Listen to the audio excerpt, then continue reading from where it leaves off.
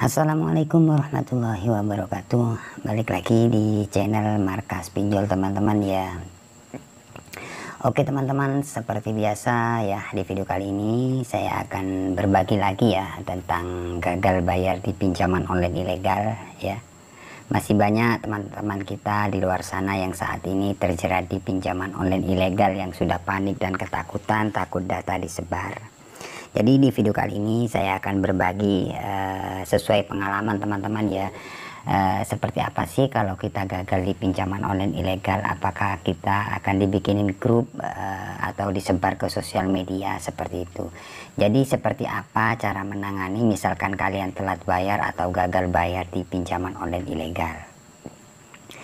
Oke teman-teman, seperti biasa di sini saya akan buka aplikasi pinjaman online ilegal yang sudah tidak dibayar ya. Dimana di aplikasi ilegal ini pinjaman online beranak. Jadi di dalam itu banyak sekali pinjaman yang sudah tidak dibayar. Ada sekitar 42 aplikasi. Nah bayangkan teman-teman, jadi di dalam aplikasi ini ada 42 aplikasi yang sudah tidak dibayar sampai sekarang ya. Kalau nggak salah sampai keterlambatan sekarang ini sudah mencapai 1 bulan lebih, seperti itu teman-teman ya. Jadi buat kalian yang saat ini terjerat, kalian bisa tonton terus video ini, karena di sini kami akan menjelaskan ya risiko-risiko misalkan kalian telat bayar ataupun mau jatuh tempo di pinjaman online ilegal. Oke, langsung saja di sini saya akan buka aplikasinya karena aplikasinya masih ada teman-teman ya.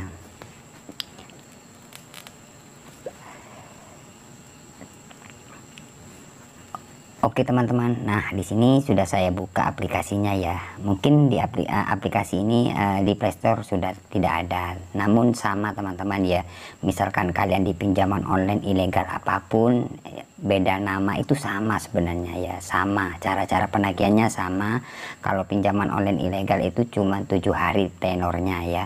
Kalau kalian sudah mau jatuh tempo, biasanya kurang 2 hari kalian sudah di WA, di telepon, di teror dengan cara-cara sebar data. Itu resiko misalkan kalian punya pinjaman online ilegal teman-teman ya.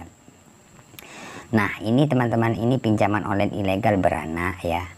Ini beranak. Nah kalian bisa lihat limit yang digunakan 119 juta ya. Jadi sangat besar sekali teman-teman ya. Oke, di sini saya tidak mengajarkan kalian untuk gagal bayar, tidak. Di sini saya cuma berbagi seperti apa kalau kalian ya punya pinjaman online ilegal, misalkan kalian telat bayar atau mau jatuh tempo atau sudah telat ya. Jadi di sini saya akan berbagi pengalaman ya, sesuai pengalaman misalkan telat bayar di pinjaman online ilegal. Oke, ini adalah aplikasi beranak ya. Kemudian di sini saya akan buka pembayaran ya. Jadi biar teman-teman bisa lihat juga sih berapa sih benar nggak abang ini nggak bayar pinjaman online ilegal beranak. Nah di sini teman-teman bisa lihat. Nah ya, oke, di sini ada sekitar 42 aplikasi yang sudah tidak dibayar. Nah oke, nah 1, 2, 3, jadi banyak sekali loh teman-teman. Nah ini ya. Nah oke, kalian bisa perhatikan teman-teman. Nah di sini ini 42 ya, kalau nggak salah 40 ke atas lah teman-teman ya.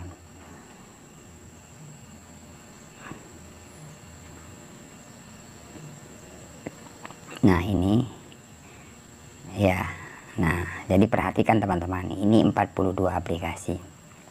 Sedangkan sekarang ini banyak teman-teman subscriber yang bertanya, ada yang 2 aplikasi, ada yang 3, itu sudah panik ya, sangat-sangat panik sekali ya. Misalkan kalian mau jatuh tempo, karena pertanyaan dari teman-teman subscriber itu banyak sekali yang terjerat di aplikasi pinjaman online ilegal, contohnya seperti ini ya. Jadi pinjaman online ilegal itu sama aja teman-teman ya, cuman beda nama saja. Nah ini 42. Nah ya, sejauh ini teman-teman untuk aplikasi 42 ini aman sih ya, sejauh ini aman ya.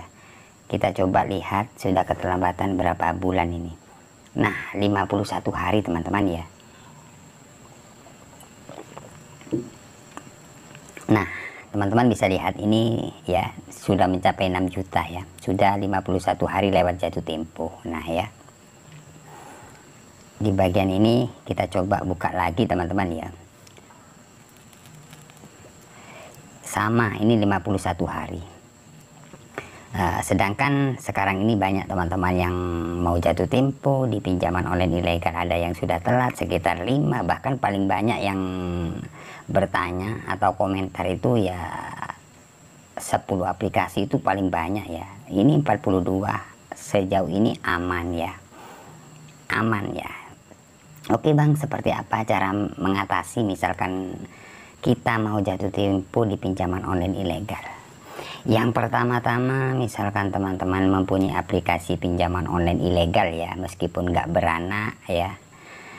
Yang pertama-tama kalian harus kuat mental, itu yang pertama. Kenapa saya bilang kuat mental? Karena pinjaman online ilegal ini akan terus meneror kalian dengan cara-cara sebar data ataupun kirim kontak-kontak kalian ke kalian, seperti itu. Nah, kan bikin kita panik ya, atau bingung atau stres lah, sampai stres seperti itu karena takut data kalian disebar ya. Langkah yang harus kalian lakukan yang pertama-tama, kalian harus respon misalkan ada WA atau telepon ya, itu aja sih kuncinya. Telepon ya, tapi jangan kalian respon WA saja, kalian telepon ke pihak DC-nya ya. Enaknya bagaimana, koordinasinya seperti apa ya, tinggal kalian bilang. Kalau kalian masih belum ada dana ya tinggal kalian bilang masih belum ada dana, cari dana. Karena banyak sekali teman-teman sekarang ini yang gagal, bukan kalian saja yang telat ya, banyak teman-teman yang telat bayar di pinjaman online ilegal ini. Karena satu hari itu bisa sampai 100 orang yang bertanya sama saya, yang menanyakan, bang resikonya gagal di pinjaman online ilegal seperti apa bang, karena saya sudah di WA seperti ini kemudian data akan disebar. Nah misalkan teman-teman sudah dapat WA seperti itu, kalian respon aja ya, respon dengan baik. Apapun pertanyaan dari pihak DC, kalian gak usah takut, gak usah panik. Balas, iya pak masih belum ada dana, sabar, masih cari dana, masih nunggu gajian, atau gimana lah istilahnya alasan kalian. Kalau kalian seperti itu, data kalian tidak akan disebar ke sosial media ya, Facebook, IG, ataupun dibikinin grup, tidak sampai di kontak-kontak kalian. Mungkin kalaupun ada, mungkin beberapa aja. Nah, jadi seperti itu. Ini 42 ke atas ini, 40 aplikasi ke atas ini sejauh ini aman teman-teman. Cuman beberapa aja ada sih sebagian ya. Jadi wajar lah kalau cuman 5 orang atau 4 orang, itu wajar sih. Kebanyakan teman-teman sekarang ini yang saat ini terjerat itu panik dan takut, gak pernah respon. Bahkan kalau respon katanya dimaki-maki, kemudian ya dengan kata-kata yang itu sudah biasa karena pinjaman online ilegal seperti itu. Bahkan teman-teman bisa lihat di video-video saya telepon ke pihak DC-nya, bahkan saya yang marah-marahin DC-nya. Nah, sebenarnya kalau kalian berani respon, DC-nya itu padahal biasa-biasa aja, itu cuma WA-WA-nya yang neror ya. Jadi buat teman-teman gak usah terlalu panik lah ya, hadapi misalkan kalian telat bayar, gak usah takut ya. Ada juga dari teman-teman subscriber, bang saya mau gagal bayar di pinjaman online ilegal, kemudian HP saya sudah saya restart, kemudian kontak-kontak sudah saya hapus. Itu sebenarnya sudah percuma teman-teman ya. Jadi buat teman-teman yang masih belum tahu, itu percuma. Misalkan kalian sudah mengajukan kemudian hapus kontak kemudian restart, itu percuma karena kontak-kontak kalian, kontak-kontak yang ada di HP kalian sudah diambil oleh pihak pinjol tersebut. Nah, seperti apa bang cara menangani misalkan seperti itu? Ya tinggal tergantung kalian saja sih. Tergantung bagaimana cara kalian menghadapinya. Nah, seperti apa menghadapinya? Ya kalian harus berani sih, berani membalas WA. Kemudian telepon ke pihak DC-nya ya, koordinasi, masih belum ada dana kayak seperti itu. Ya masih cari dana, itu aja sih. Pokoknya intinya kalian berani, dari pihak pinjol itu tidak bakalan sebar ke seluruh kontak ya. Bang saya sudah respon terus menerus seperti di video abang, tapi data saya disebar bang. Mungkin kalau disebar mungkin beberapa aja, tapi tidak ke seluruh kontak teman-teman, atau kontak-kontak kalian tidak sampai dibikinin grup seperti itu. teman-teman banyak yang menyalahkan saya, bang saya sudah sudah respon dengan baik seperti di video-video abang, tapi data saya tetap disebar. Ya tetap disebar, tapi cuman beberapa aja, tidak ke seluruh kontak atau ke sosial media ataupun dibikinin grup ataupun kontak-kontak kalian ditelepon terus menerus. Karena pinjaman online ilegal ini biasanya mengadu domba dengan cara nomor Anda ini buat jaminan hutang si ini, seperti itu. Padahal kalian kan tidak mencantumkan, tapi dari pihak pinjolnya biasanya cara penagihannya itu nomor Anda ini buat jaminan hutang si ini. Nah, apa nggak marah kontak-kontak kalian misalkan seperti itu cara penagihan dari pinjol? Makanya kalian respon aja dengan baik. Misalkan kalian respon dengan baik, itu tidak bakalan sampai seperti itu. Ya, ini contohnya ini 40 lebih teman-teman. Nah, ini bayangkan 42 aplikasi lebih. Nyatanya sampai sekarang aman, kontak-kontak gak ada yang marah ya. Cuman beberapa kontak aja. Nah, seperti ini teman-teman. Bahkan saya infokan buat teman-teman ya, banyak pinjaman online ilegal yang sudah dibayar tapi tetap aja pinjamannya masih ada. Nah, itulah pinjaman online ilegal ya. Ya, jadi banyak sekali teman-teman yang bertanya sama saya, bang saya sudah membayar atau melunasi tapi kenapa kok dari pihak pinjol masih menagih. Nah, itulah pinjaman online ilegal ya. Jadi kayak jebakan teman-teman. Jadi kalau dari saya pribadi, saya galbaikan di sini. Sebenarnya di sini saya tidak mengajarkan kalian untuk gagal bayar, tidak. Cuman di sini saya cuman berbagi buat kalian yang saat ini terjerat di pinjaman online ilegal ya. Nah, itulah misalkan teman-teman main di pinjaman online seperti itu risikonya.